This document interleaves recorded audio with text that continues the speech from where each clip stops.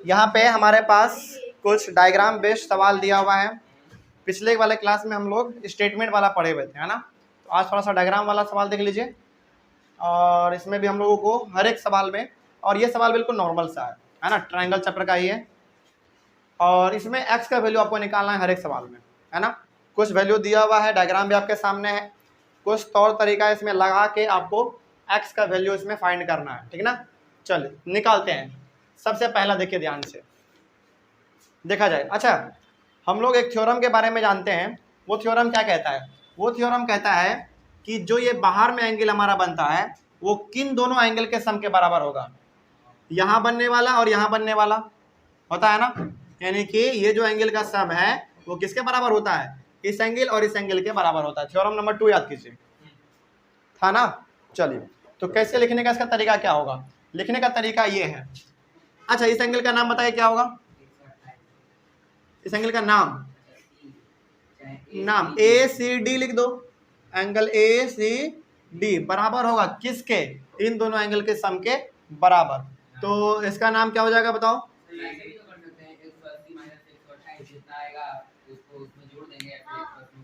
हाँ कर सकते हैं, लेकिन ये थोड़ा सा आसान तरीका लग रहा है ना। हमारे पास थ्योरम है तो कर सकते हैं हम लोग। बिल्कुल सही आपका कहना है कि ये हमारा लीनियर पेयर हो जाएगा, ये निकलेगा, होगा ना, ये निकलेगा। फिर ये आपका यहाँ पे ये आ जाएगा, ये तो है ही आपके पास। तो 180 में एक्स, इन दोनों को जोड़ के घटाइएगा, एक्स आ जाएगा। वो भी है, वो भी बनेगा, वो भी तरीका सेम है, लेकिन ये थोड़ा सा आसान लग रहा है ना। ये थोड़ा सा आसान लग रहा है, जिसको ध्यान से थोड़ा तो देख लो। तो एंगल ए सी डी यानी कि ए सी डी ये हो गया, किसके बराबर होगा? इन दोनों के सम के बराबर। इसका इस एंगल का नाम बताओ पहले। बी ए सी, एंगल बी ए सी प्लस एंगल इसका बताओ ए बी सी, है ना, एंगल ए बी सी। चलो, तो एंगल ए सी डी का वैल्यू कितना है? 128 डिग्री बराबर इसका कितना है? x डिग्री प्लस इसका कितना है? 43 डिग्री। 43 को इधर लेके आके माइनस कीजिए, -43 डिग्री बराबर x डिग्री। कितना हो जाएगा? 8 में 3 जाएगा 5, 12 में 4 जाएगा 8, 85 डिग्री हो गया किसका वैल्यू? x का। तो इसमें x का वैल्यू कितना आ गया आपका?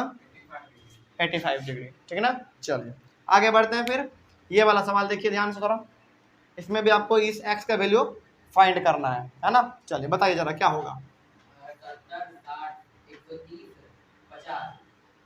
अच्छा, ये काम हम लोग यहाँ पे ये कर सकते हैं, वो काम, हाँ थोड़ा सा प्रोसेस के साथ चलना पड़ेगा, है ना। देखा जाए, यदि हम लोग यहाँ पे 110 है तो लीनियर पेयर के हिसाब से ये कितना होगा बताइए? क्योंकि ये दोनों यहाँ पे जो हमारा एंगल बन रहा होगा, ये इसका सम और इसका सम 180, और ये आप 110 दिया हुआ, तो ये ऑटोमेटिक हमारा कितना हो जाएगा? 70 डिग्री हो गया, ठीक है ना। उसी प्रकार से ये वाला भी होगा लीनियर पेयर, यहाँ पे 120, तो ये कितना? 60 डिग्री। अब जरा इस ट्रायंगल का अंदर का बात कर लीजिए, इस अंदर वाले ट्रायंगल का बात कीजिए। ट्रायंगल का नाम दे दीजिए आप ट्रायंगल ए बी सी। इसमें angle A plus angle B plus angle C बराबर कितना होता है? 180 डिग्री होता है। तो एंगल ए का वैल्यू कितना आपके सामने? 70 है, प्लस एंगल बी का कितना है? x डिग्री है, प्लस एंगल सी कितना है? 60 डिग्री बराबर कितना? 180 डिग्री। जोड़ के जरा फटाक से एकदम, 130 डिग्री प्लस x डिग्री बराबर 180। तो 180 में 130 को माइनस कीजिएगा, कितना आएगा? 50 डिग्री। नहीं, वो कैसे लिख दें? थोड़ा सा प्रोसेस के साथ चलना पड़ेगा ना। हालांकि इतना तो हम लोग कर दिए, वो ठीक है, उतना तो हमको मालूम था तो कर दिए। थोड़ा सा लिखना भी पड़ता है, ऐसा कोई बड़ी बात नहीं है। चलो, इसमें कोई डाउट नहीं ना, आगे बढ़िए। ये वाला सवाल, यहाँ पे आपका x है, वही चीज़ है फिर से। लीनियर पेयर के हिसाब से यदि हमारा 115 है तो ये कितना होगा? 65 डिग्री होगा, है ना, 65। और ये 60, तो ये भी कितना? 120। नहीं, ये भी 60। रीजन क्या? Vertical opposite angle, reason vertically opposite angle. तो लीनियर, सुनिए पहले, लीनियर पेयर के हिसाब से ये आपका 65 आ गया, वर्टिकली अपोजिट एंगल के हिसाब से आपका 60 आ गया। तो थोड़ा सा करना पड़ेगा, हालांकि हमको आंसर तो मालूम है, लेकिन कर देते हैं। थोड़ा सा देखिए ध्यान से। इन ट्राइंगल कौन सा है? ए बी सी है ना, ए बी सी।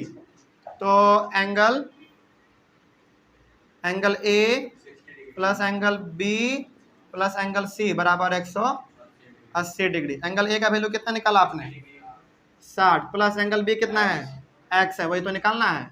एंगल सी कितना है 65 डिग्री बराबर 180 डिग्री। बताइए कितना होगा 125 होगा ना, तो डायरेक्ट लिखिए यहाँ पे x डिग्री बराबर 180 डिग्री माइनस 125 डिग्री, क्योंकि इन दोनों को जोड़िएगा 125 आएगा, उधर ले जाइए, हो गया माइनस में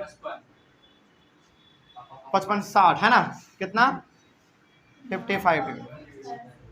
तो x का वैल्यू कितना आ गया 55 डिग्री हो गया।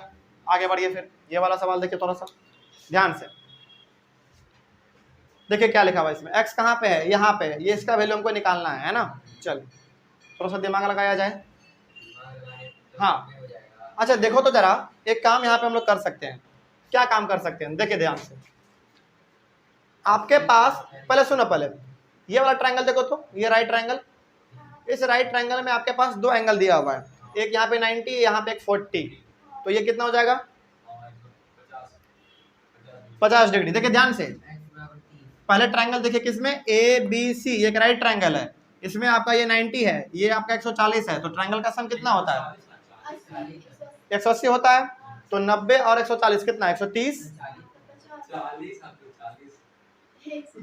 क्या नहीं समझ रहे हैं। 40 लिखा हुआ है ना, हाँ तो 140 140 बोल रहे थे, अच्छा सॉरी सॉरी सॉरी 140 नहीं 40 है, तो ये 90 है और ये आपका 40 है, तो दो एंगल आपको मालूम है, तीसरा कितना होगा 50 होगा, ये वाला कितना हो जाएगा 50 डिग्री हो गया।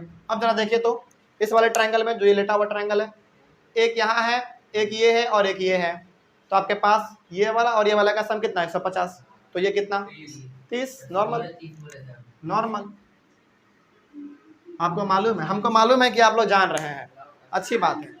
चलिए देखिए यहाँ पे ध्यान से आगे देखा जाए तो कैसे कैसे निकाल रहे हैं आप, इसको लिखना चाहें तो प्रोसेस के साथ लिख सकते हैं, है ना। चलिए देखिए ध्यान से, ध्यान इधर ये वाला। अच्छा इसमें ना एक हिंट दिया हुआ है, ये वाला एरो ये इंडिकेट कर रहा है कि दोनों आपस में पैरेलल है ना, आपस में पैरेलल है। चलिए आप बताइएगा कि यदि ये दोनों हमारा आपस में पैरेलल है तो एडी किसका काम कर रहा होगा ट्रांसवर्सल का काम कर रहा होगा, तो क्या जितना हमारा ये 60 है क्या उतना ही हमारा ये वाला होगा, रीजन बताइए। अल्टरनेट इंटीरियर एंगल, तिरछा तिरछा याद आ गया, थोड़ा सा इसको इमेजिन कीजिए कि थोड़ा सा इसको इसे घुमा लीजिए, है ना, आपको मालूम चलेगा तिरछा तिरछा, तो ये 60 तो ये भी कितना 60 डिग्री, ठीक है, ये 60 तो ये भी 60। अब जरा देखो तो ये छोटा सा ट्रायंगल, छोटे से ट्रायंगल में ये आपके पास 45 है, ये आपका 60 है, कितना हो गया 105, ये आपका 75 ऑटोमेटिक 75, ये कितना 75। देखिए नहीं एग्जाम में केवल इतना लिखने से काम नहीं चलेगा, उसको आपको थोड़ा सा प्रोसेस के साथ स्टेटमेंट में लिखना पड़ेगा, ठीक ना। हम लोग तो ऐसे ही कर ले रहे हैं, लेकिन हाँ समझ में आना चाहिए आपको, ये दोनों जब आपस में पैरेलल था तो ये जितना था वो उतना ही ये होगा। ध्यान से सुनो, पहले ये जितना था उतना ही 60 हो गया, अल्टरनेट इंटीरियर एंगल, रीजन आप लिख दीजिएगा, और जब ये 60 हो गया ये 45 हो गया तो ट्रायंगल का सम 180 होता है, तो दोनों को जोड़ के 180 में घटाओ 75 आ गया, सिंपल। हाँ बताओ जरा,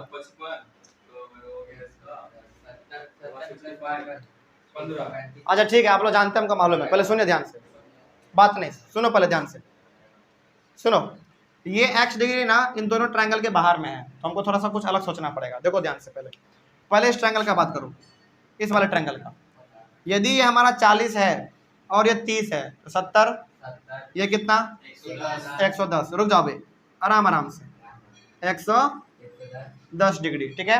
अब जब ये हमारा 110 है तो ये वाला कितना होगा 70 डिग्री, कैसे linear pair of angle, linear pair of angle के हिसाब से हमारा 70 आएगा। अब जरा देखो तो क्या ये वाला ट्रायंगल कुछ इस प्रकार से बन रहा है क्या, इधर प्रोड्यूस किया गया ए की तरफ बन रहा है, तो ये जो है ये वाला एक्स ये किन दोनों एंगल के सम के बराबर होगा 70 और 55 के, नॉर्मल सी बात है। थ्योरम नंबर 2, थ्योरम नंबर 2 हम लोग इसमें लगा रहे हैं। तो अब जरा बताओ यहाँ पे ध्यान से, ये वाला जो है दो इंटीरियर एंगल वो भी कैसे होना चाहिए, अपोजिट होना चाहिए एक्सटीरियर के। तो ये दोनों अपोजिट हैं और ये दोनों हमारा इंटीरियर भी है और ये एक्सटीरियर है ना। तो इन दोनों का सम ही होता है हमारा ये बाहर वाला। थ्योरम नंबर 2 कितना हो जाएगा, 125 ना होगा, 125। मतलब इतना छोटे मोटे सवाल में गलती करोगे नहीं। देखो सुनो, पहले ज़्यादा एक्साइटमेंट ना इंसान को ले डूबता है।